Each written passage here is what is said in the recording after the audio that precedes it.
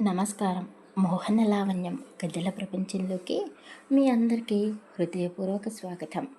ఈరోజు మనం వినబోయే కథ రౌడీ గారి ముద్దుల పిల్లం ముగింపు భాగం. ఈ కథ మీకు నచ్చితే ఒక లైక్ చేసి మీ అభిప్రాయాన్ని ఒక చిన్న కామెంట్ రూపంలో తెలియజేయండి. అలాగే ఇలాంటి మరిన్ని ఆసక్తికరమైన కథల కోసం మన ఛానల్ని సబ్స్క్రైబ్ చేసుకోండి. మరి ఆలస్యం ఎందుకు కథలోకి వెళ్ళిపోతామా? రంగారావు గురించి రుద్ర ఏం చెప్తున్నాడా అని గౌరీతో పాటు వెంకట్ అక్కడ ఉన్న వాళ్ళు కూడా గుండె నిబ్బరం చేసుకొని రుద్ర వైపే చూస్తూ ఉన్నారు. రుద్ర భారంగా ఊపిరి పీల్చుకొని గౌరీ కళ్ళలకి చూస్తూ, మీ నాన్న యాక్సిడెంట్లోనే చనిపోయాడు, కానీ యాక్సిడెంట్ చేయించింది చలపతి అని చెప్పగానే గౌరీ కళ్ళల్లో పెద్దగా అయ్యాయి. ఎన్ని రోజులు కన్న తండ్రి స్థానంలో ఎంతో గొప్పగా చూసిన చలపతి అసలు కన్న తండ్రి కాదు అని తెలిసిన క్షణమే గౌరీ గుండె బద్దలైంది. గౌరీని కన్న తండ్రి ఎంతో ఉత్తముడు. అలాంటి వాళ్ళు ప్రజల క్షేమం కోరుకుంటారు. ఎంతో ఉన్నత స్థాయిలో ఉన్న తన తండ్రిగా భావించిన చలపతి చంపాడు అని తెలిస్తే ఇక గౌరీ పరిస్థితి ఎలా ఉంటుంది? ఊహ తెలిసినప్పటి నుండి ఆమెకు నాన్నంటే చలపతి. రుద్ర చెప్పిన మాటలు గౌరీ తీసుకోలేకపోయింది. వెక్కిళ్ళు పట్టి ఏడ్చింది. రుద్ర, ఏం చెప్తున్నావు? మా నాన్న, అదే చలపతి గారు స్వార్థపరుతులే కావచ్చు, డబ్బుకు ఆశపడే వ్యక్తే, కానీ ఆయన మనుషుల్ని చంపడం ఏంటి రుద్ర? నాకు తెలిసి ఆయన ఈ పని చేయలేదేమో అనిపిస్తుంది అని గౌరీ అనగానే రుద్రకి కూడా గౌరీ బాధని చూస్తే కళ్ళు చెమ్మగిల్లాయి. మనం నమ్మలేని నిజాలు గౌరీ. చలపతి చాలా తెలివిగా అందరినీ మభ్యపెట్టాడు అని చెప్పడంతో గౌరీ ఆలోచనలో పడింది. అన్న, రంగారావు గారి లాంటి మంచి మనిషిని చంపేసిన ఆ చలపతిని ఊరికే వదిలేయకూడదు. అసలు ఈ విషయాల గురించి గౌరీ వదిన వల్ల అమ్మ నాగమణి గారికి తెలిసే ఉంటుందంటారా? అయినా తెలిస్తే ఒక మనిషి ప్రాణం ఎలా తీయనిస్తుంది అని వెంకట్ అతని మనసులో ఉన్న డౌట్ని రుద్ర ముందు చెప్పాడు. రుద్ర సైలెంట్గా ఉన్నాడు. వెంకట్కి రెండు రకాల భాష అర్థమవుతుంది. రుద్రకి అన్ని విషయాలు తెలుసు, కానీ చలపతి గురించి మాత్రమే గౌరీ దగ్గర చెప్పాడు. నాగమణి గురించి ఒక్క మాట కూడా మాట్లాడలేదు. ఏం ఆలోచిస్తున్నావు గౌరీ అని రుద్ర అడిగేసరికి గౌరీ కన్నీళ్ళు తుడుచుకుంది. పోయిన వాళ్ళని తిరిగి తీసుకురాలేము, ఉన్న వాళ్ళనే పోగొట్టుకోలేను. ఎంతైనా ఆయన నన్ను తండ్రి స్థానంలో పెంచాడు. నాకు తండ్రి ప్రేమ ఇవ్వలేదు, ఒప్పుకుంటాను, కానీ ఐశ్వర్య ఏం తప్పు చేసింది? దానికి ఎందుకు తండ్రి లేని లోటు మనం చేయాలి? దేవుడు ఎవరికి వేయాల్సిన శిక్షలు వాళ్ళకి తప్పకుండా వేస్తాడు. కాలానికి కొన్ని నిర్ణయాలు వదిలేయాలి రుద్ర. నువ్వు కూడా ఇక ఈ రౌడీయిజాన్ని మానేసి మనం ఎలాంటి టెన్షన్లు లేని జీవితాన్ని గడపాలి. గౌరీ కన్నీళ్ళతో రుద్ర చేతులు పెట్టుకొని అడిగింది. అతను తప్పకుండా నువ్వు కోరుకున్నట్టే మన జీవితం ప్రశాంతంగా సాగుతుంది, నువ్వు దేని గురించి ఆలోచించకు అని ఒత్తి పలికి మరీ చెప్పాడు. అతను అంత గట్టిగా ఎందుకు చెప్పాడో గౌరీకి బాగా అర్థమైంది. ఇక నుండి నీకు పుట్టింటితో సంబంధం లేదు అన్నట్టుగా అతను ఖచ్చితంగా చెప్పేశాడు. గౌరీ కూడా తలదించుకొని ఈ క్షణం నుండి నాకు అన్నీ నువ్వే అని చెప్పి పరుగెత్తుకుంటూ తన గదిలోకి వెళ్ళింది. వెంకట్కి చాలా కోపం వచ్చింది. అన్న, వదిన చాలా బాధపడుతుంది. ఆ చలపతి ఎంత మోసగాడు!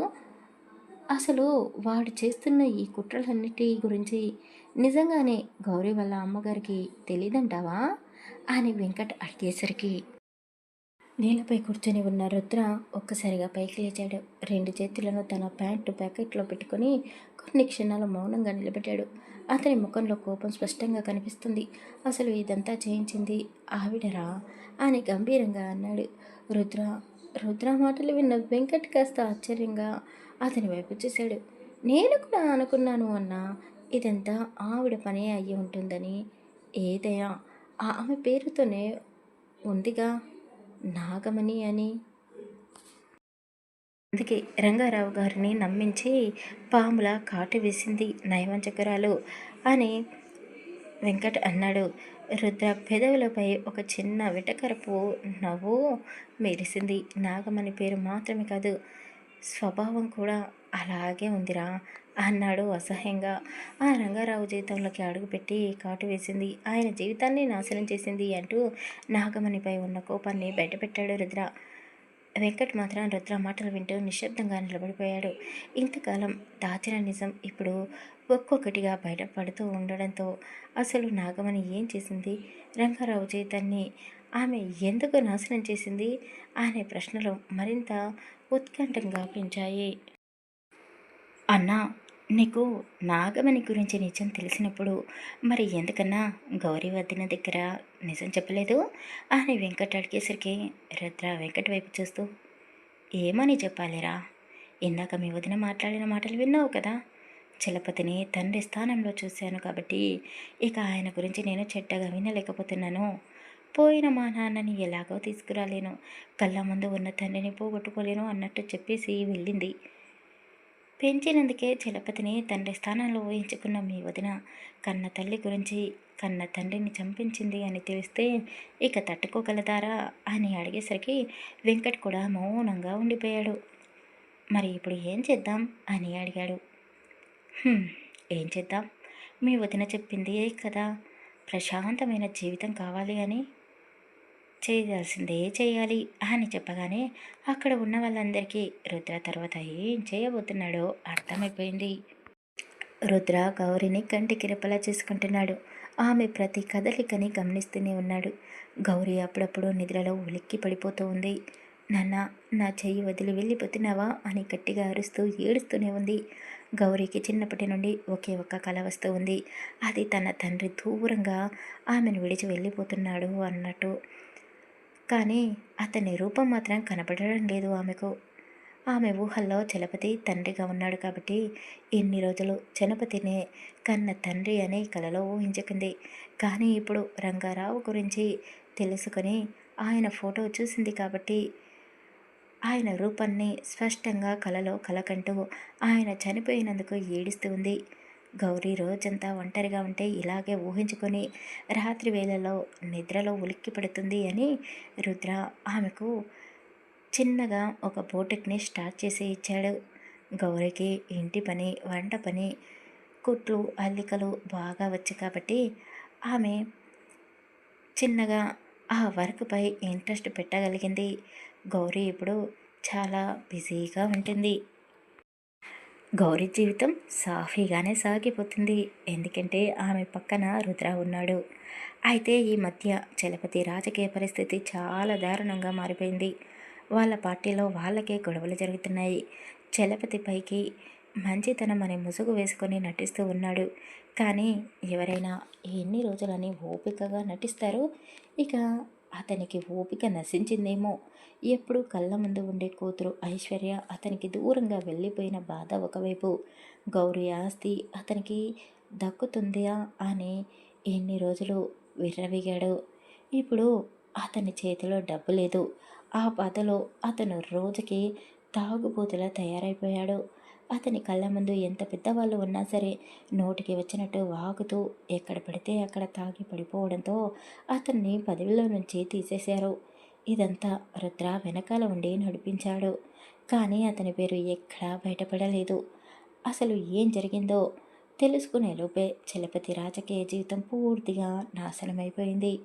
ఇప్పుడు అతని దగ్గర డబ్బు లేదు, రాజకీయ నాయకుడు అనే పేరు ప్రతిష్ట కూడా లేదు. ఇక నాగమణి చలపతికి దిక్కు ప్రశాంత్ మాత్రమే. కొడుకైనా అల్లుడైనా అతనే వాళ్లకు ఆసరా. ఇప్పుడు వాళ్ళు ఎలాంటి పరిస్థితిలో ఉన్నారో అంతా వివరించి ప్రశాంత్కి చెప్పారు. అతను చాలా ఓపికగా వాళ్ళు చెప్పిందంతా విని ఒక నవ్వు నవ్వేశాడు. అయితే ఇప్పుడు నన్నేం చేయమంటారు అని అడిగాడు. అదేంటి బాబు అలా అంటావు? ఇప్పుడు మేము నడి రోడ్డుపై ఉన్నాము, మేము మీ దగ్గరికి వచ్చేస్తాము, మా శేష జీవితాన్ని మీతోనే గడుపుతామును అని వాళ్ళిద్దరూ చెప్పేసరికి ప్రశాంత్ పక్కనే ఉన్న ఐశ్వర్యాన్ని బాధడం మొదలుపెట్టాడు. కూతురు అరుపులు విని వాళ్ళ గుండెల్లో రగిలిపోయాయి. వాళ్ళకి అర్థమైపోయింది అల్లుడు కొడుకు కాలేడు అని. కూతురు పరిస్థితి అతని చేతిలో మరీ దారుణంగా తయారైందని వాళ్ళకి అర్థమయ్యింది. ఐశ్వర్య పెళ్లికి ముందు ఎంత పొగరుగా ఉండేదో, పెళ్లి తర్వాత భర్త చేతిలో కీలుబొమ్మలా మారిపోయింది. అతను కూర్చో అంటే కూర్చుంటుంది, నవ్వమంటే నవ్వుతుంది. ఆమె పరిస్థితి ఎవరికీ చెప్పుకోలేదు. ఒకప్పుడు గౌరీని మాటలతోనే వేధించిన ఐశ్వర్య పరిస్థితి ఇప్పుడు అంతకంటే దారుణంగా తయారైంది. కర్మ ఎవరిని వదిలిపెట్టదు అన్నట్టు వీళ్ళ ముగ్గురిని చూస్తేనే అర్థమవుతుంది. చలపతి నాగమణి ప్రేమించుకున్నారు కాబట్టే వాళ్ళు రంగారావు లాంటి ఉత్తముడిని ఇద్దరు కలిసి చంపేశారు. ఆ తర్వాత నాగమణి చలపతిని పెళ్లి చేసుకొని రంగారావు ఆస్తిని అనుభవించడం మొదలుపెట్టింది. కానీ ఇప్పుడు వాళ్ళ పరిస్థితి చాలా దారుణంగా ఉంది. చలపతి నాగమణి ఇద్దరు కోపంతో రగిలిపోతున్నారు. వాళ్ళ తలరాతకి వాళ్ళు బాధపడడం లేదు. గౌరీ పేరు మీద ఉన్న రంగారావు ఆస్తి వాళ్ళకు దక్కనందుకు. అసలు ఆ గౌరీ అనేది లేకపోతే ఆస్తి మొత్తం నీకే దక్కుతుంది కదా నాగమణి అని చలపతి అనేసరికి నాగమణి మౌనంగా ఉండిపోయింది. మనకు పుట్టిన కూతురే మన గురించి ఆలోచించడం లేదు. దాని పరిస్థితి చాలా దారుణంగా ఉంది. ఆ ప్రశాంత్ చేతుల్లో తలుచుకుంటే నీకు బాధగా అనిపించడం లేదా? మనల్ని ఏ మాత్రం లెక్క చేయని ఆ గౌరీ మీద నీకు ప్రేమ ఉందా అని చలపతి అడిగేసరికి ఆమె లేదు అన్నట్టుగా తల ఆడించింది. చలపతి వెంటనే ఫోన్ తీసుకుని అతనికి తెలిసిన రౌడీలకు ఫోన్ చేశాడు. ఒక అమ్మాయి ఫోటో పంపిస్తున్నాము, ఈ మధ్య అది కొత్తగా పోటెక్ని స్టార్ట్ చేసింది, అక్కడికి వెళ్ళి ఆ అమ్మాయిని ఎత్తుకురండి, వీలైతే చంపేసేయండి అని ఎంతో కసిగా చెప్పడంతో వాళ్ళు సరే అన్నారు. వాళ్ళ దగ్గర దాచుకున్న బంగారం డబ్బు అంతా ₹1,00,00,000 పైగానే ఆ రౌడీలకు అప్పజెప్పేశాడు. గౌరీని చంపడానికి వాళ్లకు భారీ మూల్యాన్ని చెల్లించాడు. రుద్ర దగ్గర పనిచేసేవాడికి ఫ్రెండ్ కావడంతో వాడు గౌరీ ఫోటోని నేరుగా వాడికి పంపించి, ఈ అమ్మాయి ఎక్కడ ఉంటుంది, కాస్త అడ్రస్ వెతికి పెడతావా అని ఆ రౌడీలో ఒకడు అడిగేసరికి అతను వెంటనే రుద్రకి ఇన్ఫర్మేషన్ ఇచ్చేశాడు. రుద్ర చలపతి సిఫారసు చేసిన రౌడీల దగ్గరికి నేరుగా వెళ్ళి వాళ్ళతో మాట్లాడాడు. ఎంతైనా రౌడీజం చేసే వాళ్ళందరూ ఒకే బాపతికి చెందిన వాళ్ళు కదా, వాళ్ళలో వాళ్ళకు భలే అండర్స్టాండింగ్ ఉంటుంది. అవసరం వచ్చినప్పుడు ఒకరికి ఒకరు హెల్ప్ చేసుకుంటూ ఉంటారు. మీరు చంపబోయేది నా భార్యనే అని రుద్ర చెప్పడంతో వాళ్ళందరూ షాక్ అయ్యారు. అన్నా మేమెందుకన్నా వదినని చంపుతాము, వాడెవడో ఫోన్ చేసి సిఫారసు చేశాడు, ఈ పని మేము చేయలేము అని ఇప్పుడు ఫోన్ చేసి వాడికి చెప్తాము అని ఆ రౌడీలు వాళ్ళకందరికంటే పెద్దవాడు అనడంతో రుద్ర వాళ్ళందరి వైపు చూస్తూ, నువ్వు ఫోన్ చేసి నా భార్యను చంపను అని వాడికి చెప్తావు, కానీ వాడు ఈ స్టేట్ కాకపోతే పక్క స్టేట్ నుండి రౌడీలను దించుతాడు, అప్పుడు నా భార్యను నేను దక్కించుకోలేను కదా అని అతను అనేసరికి వాళ్ళు కూడా తలకొక్కుంటూ, అవునన్నా నువ్వు చెప్పింది కూడా నిజమే, మరి ఇప్పుడు మమ్మల్ని ఏం చేయమంటావు అని వాళ్ళు అడిగారు. ఏముంది, వాడిని నేలమట్టం చేసేస్తే సరిపోతుంది. వాడు మీకు ఎంత ఇచ్చాడో నాకు తెలీదు, కానీ నేను వాడికంటే రెట్టింపు మీకు ఇస్తాను. వాడితో పాటు వాడి భార్య కూడా ఈ భూమి మీద ఎక్కడ కనబడకూడదు అని రుద్ర చెప్పగానే వాళ్ళు వెంటనే ఒప్పేసుకున్నారు. మాకు డబ్బులేమీ వద్దు, కానీ ఏదైనా పెద్ద పెద్ద డీల్స్ ఉంటే మాకే చెప్పు అన్నా అని వాళ్ళు అడిగేసరికి రుద్ర ఓకే అన్నట్టు తలాడించాడు. రుద్ర పక్కనే ఉన్న వెంకట్ రుద్రాన్ని పొగడకుండా ఉండలేకపోతున్నాడు. అన్నా నువ్వు సూపర్, వదిన గురించి ఆలోచించిన వాడిని అసలు భూమి మీదనే లేకుండా చేస్తున్నావు అన్నా అని వెంకట్ ఎంతగానో పొగిడేస్తూ ఉంటే రుద్ర వెంకట్ వైపు చూస్తూ, నువ్వు కాస్త ఓవర్ యాక్షన్ తగ్గించుకో, ఇక్కడ జరిగింది ఏది నీకు గుర్తుకులేదు, అసలు ఎప్పటికీ మీ వదినకు ఈ విషయాలు తెలియకూడదు, ఒకవేళ తెలిసిందే అనుకో, నీకు ఈ భూమి మీద నూకలు చెల్లిపోతాయి అని స్వీట్గా ఒక వార్నింగ్ ఇచ్చాడు. రుద్ర వెంకట్ తడబడుతూ, అయ్య బాబోయ్ ఏంటన్నా అంత మాట అనేసావు, అసలే నాకు ఇంకా పెళ్ళి కాలేదు, అప్పుడే పైకి పొమ్మంటావేంటన్నా, అసలు ఎవరు వీళ్ళంతా, మనం ఎక్కడికి వచ్చాము, వీళ్ళెవరో నాకు తెలీదు అని వెంకట్ చెప్పడంతో రుద్ర చిన్నగా నవ్వేశాడు.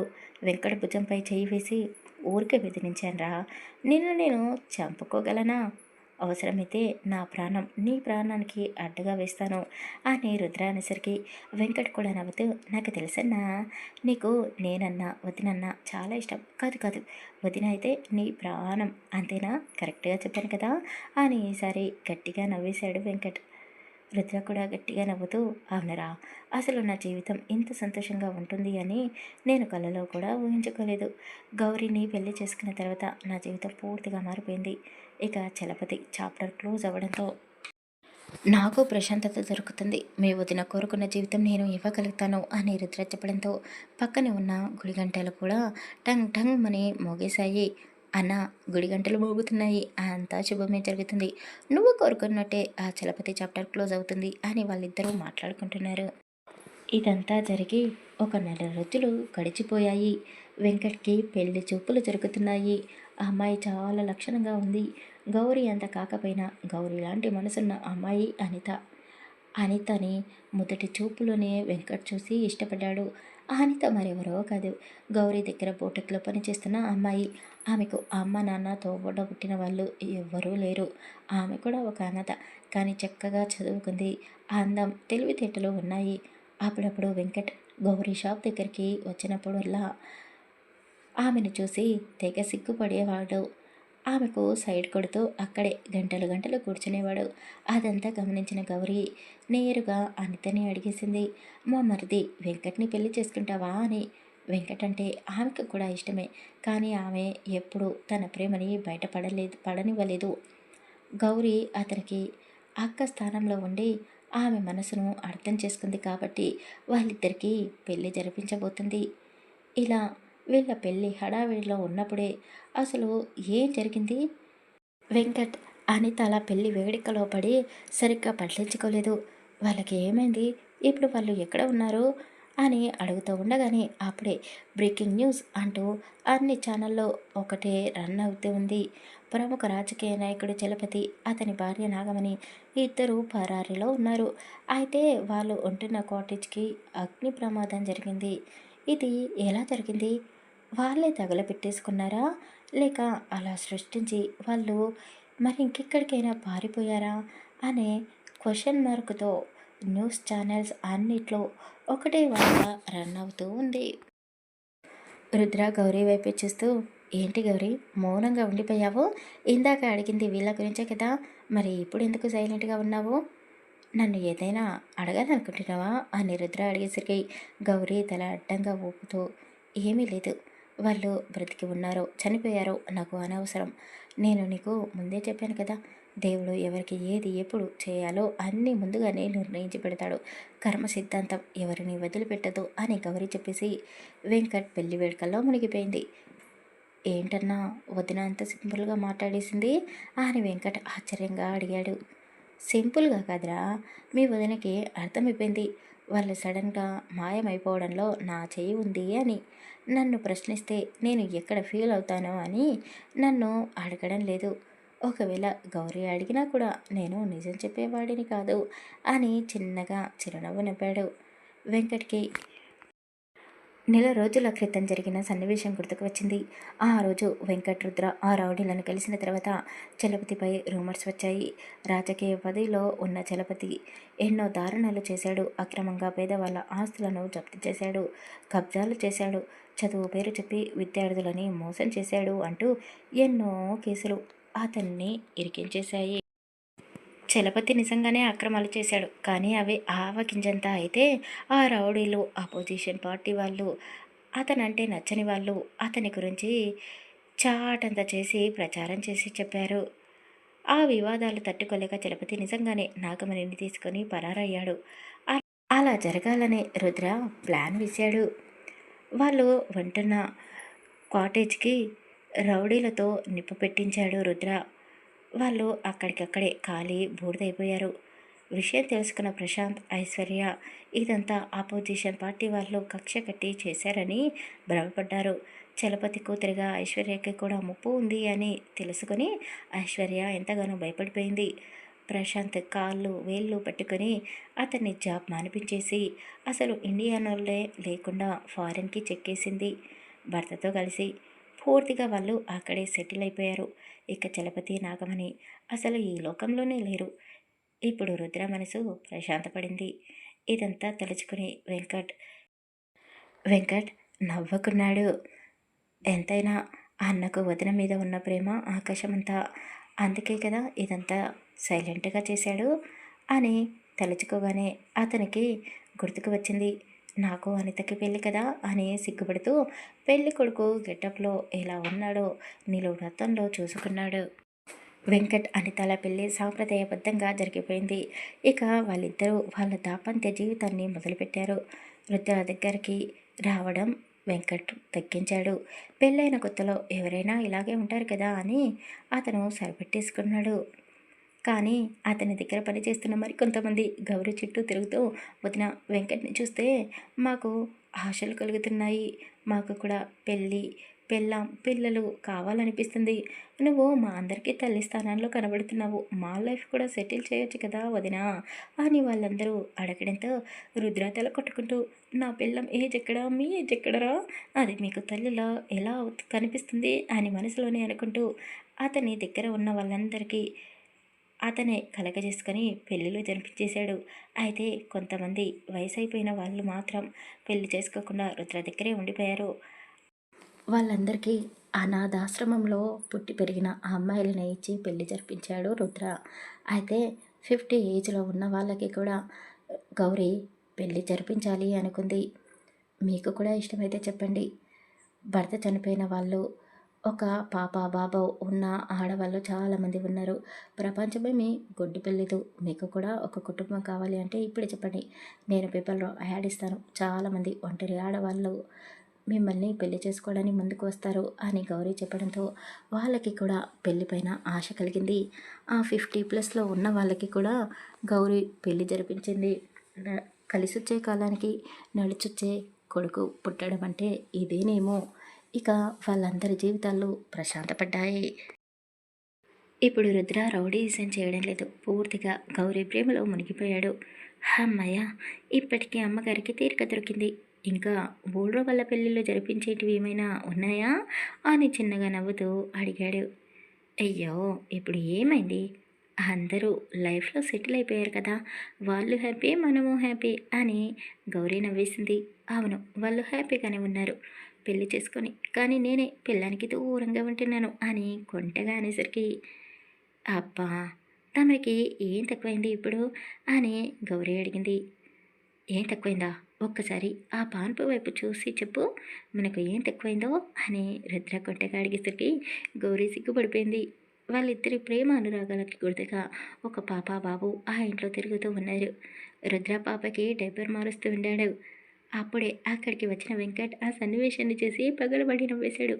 అన్నా, ఎలా ఉండేవాడివి, ఇప్పుడు ఎలా అయిపోయావు, కళ్ళకి కూలింగ్ గ్లాసెస్ పెట్టుకొని ఒక చేతిలో సిగరెట్టు మరో చేతిలో డ్రింక్ గ్లాస్ని పట్టుకొని భలే హుందాగా ఉండేవాడివి, ఇప్పుడు నువ్వు పూర్తిగా మారిపోయావు, ఫ్యామిలీ మాన్లా అని పగలబడి నవ్వేసరికి అప్పుడే అక్కడికి అనిత వచ్చింది.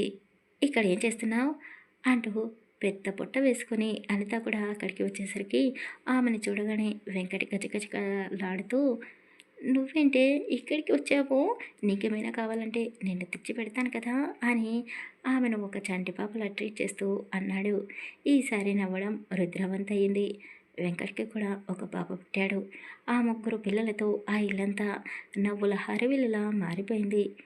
పిల్లల అల్లరితో ఈ కథ సమాప్తమైపోయింది.